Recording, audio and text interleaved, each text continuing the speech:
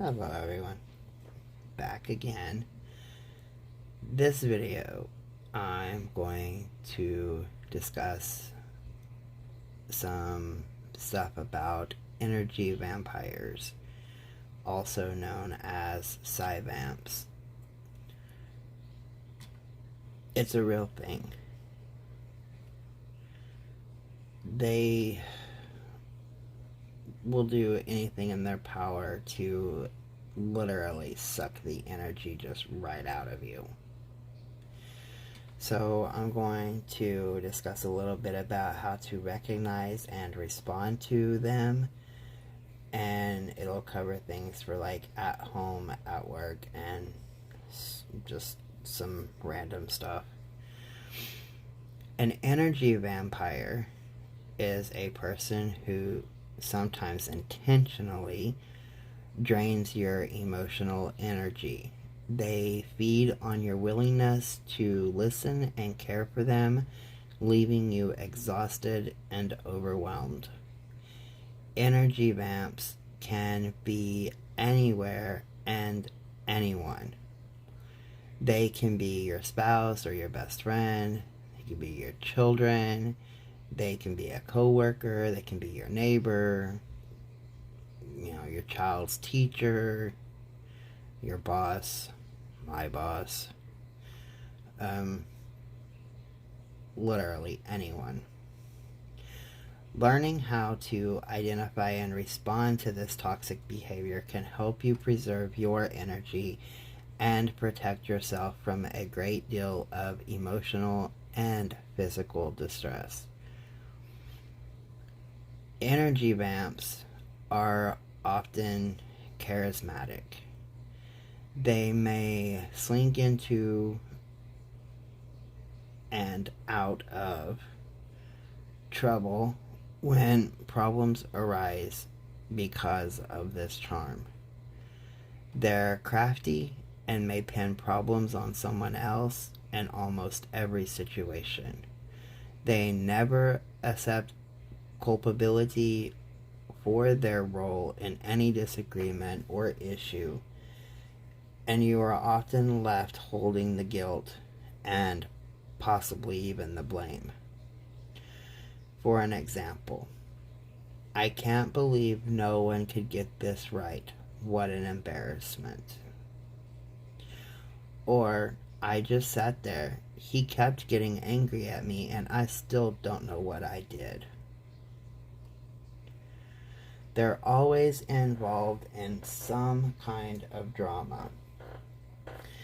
Energy vampires always find themselves in the middle of a catastrophe, flailing from target to target with their emotional and dramatic behavior. When they've landed on you, they fling this drama onto you in hopes that you will absorb it, fix it, and right their ship. For an example, why am I always the one everyone gets mad at? I don't deserve this. Or, I just can't take this anymore. I didn't do anything to her, but she stopped talking to me. Why can't everyone just be kind as you? They always one-up you. An energy vamp never likes to be outdone, and they aren't keen to share the spotlight. This is one of their many narcissistic tendencies. They struggle to feel genuine happiness for another person. Instead, they prefer to pull energy to feed their emotional demands. For an example, that's really good news. I actually applied for a new job today too, and I really need some help with my resume. Do you mind looking over it? Or, so proud of you. Only 3 more certifications to go to catch up with me. They diminish your problems and play up their own. Vamps feed off your emotional energy, and if you're sad or upset, your energy supplies are dwindling. To drain the most energy from you, Psyvamps will shift the attention to the discussion to themselves, turning your dismay into their emotional buffet. An example of this is, I know your job doesn't pay well, but at least your job is fun. You have to help me find a new one. Or, you're super swamped at work and I get it, but I really, really need to talk to you tonight about this issue with so and so. And they act like a martyr. Energy vamps place their problems squarely into the shoulders of other people. They take no responsibility for their contributions to their difficulties. What they're seeking is emotional support to boost their self-esteem. For an example, he's always so unreasonable. I do the best I can, but it's just never enough. Or, this day started off bad and it only got worse. They use your good nature against you. People who are sensitive and compassionate are prime targets for energy vamps. You offer a listening ear, a kind heart, and endless energy. In that way, Psyvamps use their very nature against you, draining you of your vitality. An example of this is, they monopolize your time at every social occasion so that they can have as much of your energy as they can get. Or they know you'll feel guilty turning them down for coffee or a dinner date, so they ask all the time. They use guilt trips or ultimatums as well. Psyvamps often rely on guilt trips to get what they want. They know shame is a great weapon against people who are compassionate and caring. Likewise, ultimatums are an effective way to capture a person's attention and coerce them into doing something they otherwise may not want to do. For an example, I don't know how you expect me to make it without you. I'll fall apart. Or, if you really care for me, you'll call him and tell him how much I love him. They are very codependent. I cannot express this one enough. Codependency is a type of relationship where every action is designed to elicit a certain reaction from the other individual. It's a vicious cycle of behavior, but Psyvamps rarely recognize they're in them. They use these relationships, usually and most often romantic ones, to continue spinning a cycle of drama and emotional needs.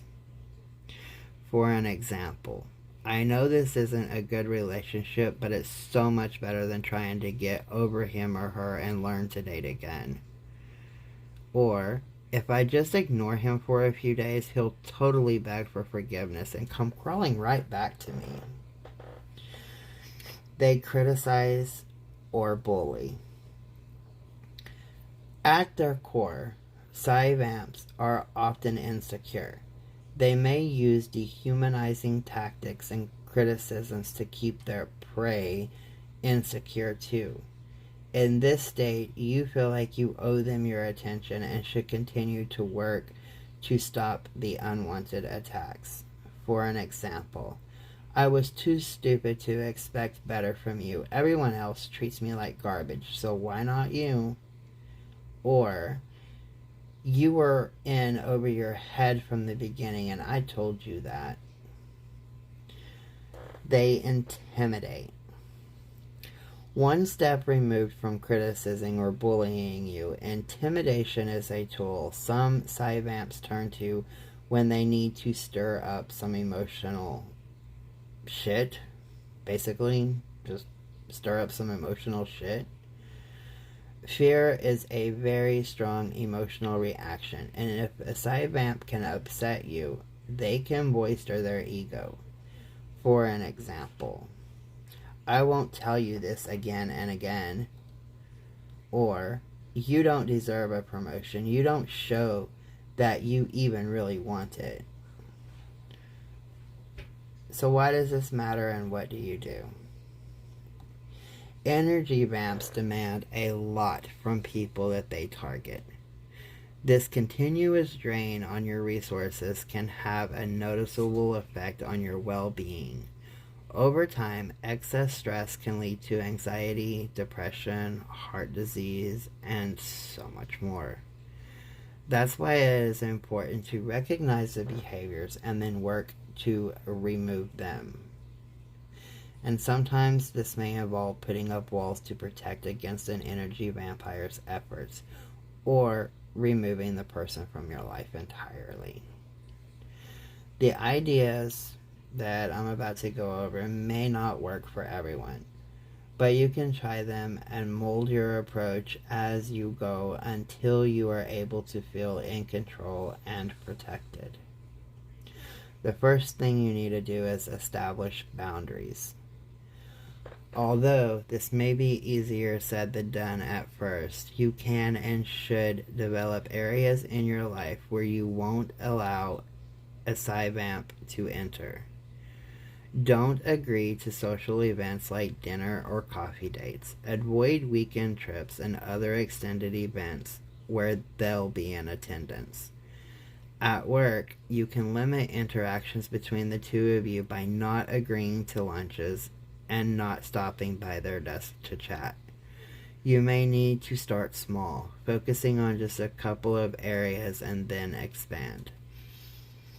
You can adjust your expectations. You can't fix a vamp, but you can reshape your expectations about them. This may involve shutting off your emotional valve and not offering advice when they vent their problems to you. This may also mean that you can't use them as any type of emotional release either. They will want to reciprocate. Do not give them an inch. If the vamp calls, stops by, or texts, don't give them the room. Offer an excuse. I'm too tired, or I'm too busy. Something simple. You could say that you've got plans or that you don't feel well. When they keep interfacing with excuses and not getting the emotional energy that they need, they will look elsewhere. You can guard your emotional capacity. Vamps use non-verbal cues to know when they have someone on their hook. Your facial expressions, the way you lean in, how you clasp your hands. An energy vamp can take these signs of your investment. If you instead offer stone-faced responses and only offer short statements to their questions, you won't open yourself up to their demands, and you can reserve your energy for you. Cut them out entirely. In most cases, you have the freedom to excise this person from your life entirely. This may seem dramatic, but you have to remember that you're protecting yourself in the end. The bottom line is that by recognizing these behaviors and trying to put an end to it, you're protecting yourself, your health, and your overall well-being, and possibly, more likely, the well-being of your whole family unit. No one deserves to be mistreated or used in this manner. It is certainly not your fault. Some people refuse to accept responsibility for their own emotional maturity, and that is not your burden to bear. Now, something that you can consider here. Emotional manipulators exploit a relationship to benefit themselves through tactics including twisting the facts and bullying. Some techniques like setting boundaries may help. It may not be enough to just set boundaries. but boundaries do help. Emotional manipulators often use mind games to seize power in the relationship. The ultimate goal is to use that power to control the other person. A healthy relationship is based on trust, understanding, and mutual respect. This is true of personal relationships as well as professional ones. Sometimes people seek to exploit these elements of a relationship in order to benefit themselves in one way or another. The signs of emotional manipulation can be subtle. They're often hard to identify, especially when they're happening to you. That doesn't mean that it is your fault, because no one deserves to be manipulated. You can learn to recognize the manipulation and stop it. You can also learn to protect your self-esteem and sanity too. They usually maintain the home court advantage. Being in your home turf, whether it's your actual home or just a favorite coffee shop, can be empowering. If the other individual always insists on meeting in their realm, they may be trying to create an imbalance of power. They claim ownership of that space, which leaves you at a disadvantage. For an example, walk over to my office when you can. I'm far too busy to trek over to yours.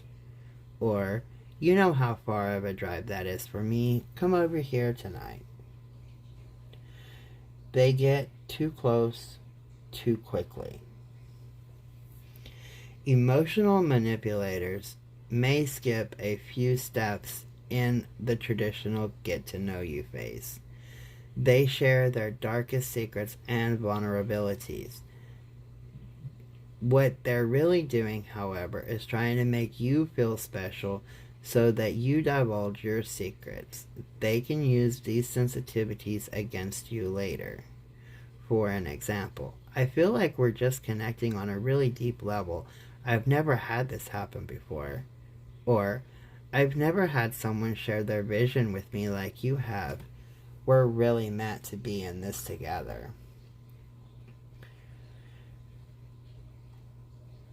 Whenever a vamp is giving you the ability to, I guess, take control of a situation, they are literally eating up all your energies. Every amount of energy that you put into doing whatever it is that you're doing. Let's run with coworkers for this one. You know, you've got this thing that you have to put together, and you was assigned to work with a vamp.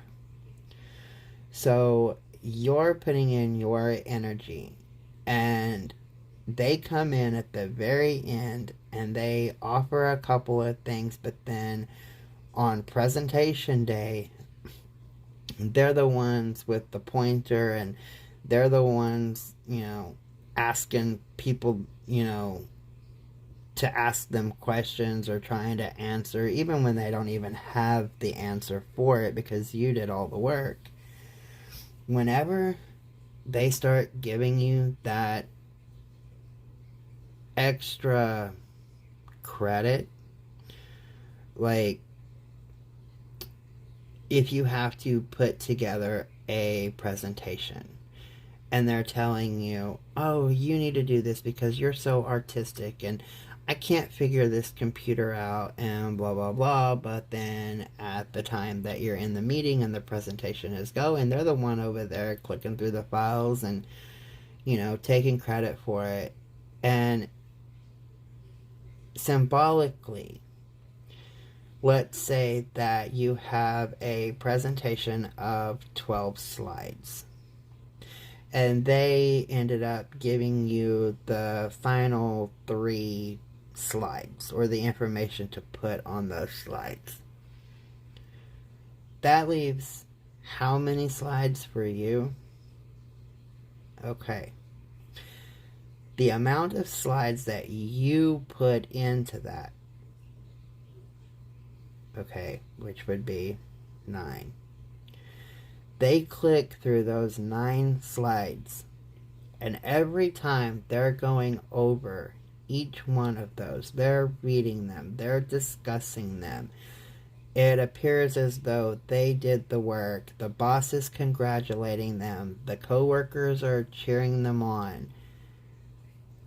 That's 9 slides that is taking energy away from you. That is 9 slides out of 12. That is putting energy into them. They are feeding from it. And then they may end up being the one that gets the promotion. Or they may qualify for a paid day off, or however the office setting works. But they take, and they take, and they take. And at the end of this presentation that you are doing, you're going to be upset. You're going to be flustered. You're going to be at your wit's end. You know, your hair's going to be a mess. You're picking the fingernail polish off of your nails. You know, you're digging your toes into your shoes. Just anything and everything, and every action that you do feeds them. Then, out in the hallway, they tell you something like, "That was a great presentation, don't you think?" Well, of course you think it was. You did it. You put all the work into it. And they just sucked you dry. And then their final little, that was a good presentation remark. They see your body language. They see your facial expressions. They hear that huff. They feel that anger radiating off of you. And all it's doing is feeding them. Literally feeding them. It is draining you. And it is increasing their power. It is increasing their ego. They could literally probably run 10 miles. And you might not be able to make it around the block. So in another video that I will do, which will probably be a couple of days from now, considering the fact that when I do something like this, I actually write it up, take time, figure out what works. But I will be uploading a video for a ritual that you can do to block vamps from taking your energies, like a casting circle kind of chant that will be short and to the point, that you can say, a few times in your head or even out loud, whenever the known vamp is approaching you. It will, okay, for those of you that are not familiar with like casting circles or bubbles of protection, shields, stuff like that, if you're standing in a spot and you sprinkle salt all the way around you, that is a protective circle. But once you're advanced more into protecting yourself blocking energies from other people, blocking so that you maintain your own energies, stuff like that. You don't need the actual like salt to form a circle or a rope or chalk or anything like that. You can literally just say a few words in your head, and for some it may be a prayer. For others it would be a chant or a spell, or however you look at it. And like I said, in this series, I'm not getting into religion. So I will keep it natural, neutral, and hopefully in a way that everybody as a community can use it and it not offend anybody or go against anybody's personal belief system. That's why it's going to take me probably a couple of days. I don't know. I'm off work tomorrow. I may actually have time to do it tomorrow. But I will be posting a video on how to protect yourself from vamps by using just a quick little saying that you can do in your head or verbally. And I will be putting together like a small ritual to where you can banish the vamps energies from your life completely for good. Freeze them out, burn them out, whatever. However I decide to write it up. But hopefully this video would be helpful to some of y'all, because I know for a fact that YouTube is full of vamps. Like, oh my god, I've never seen so many in one place. It's crazy. But y'all are my people, and I really care about everybody, so that's part of why I'm throwing this into this series, because it never hurts to have a little bit of added protection when it comes to dealing with vamps. Stay safe, everyone. Much love.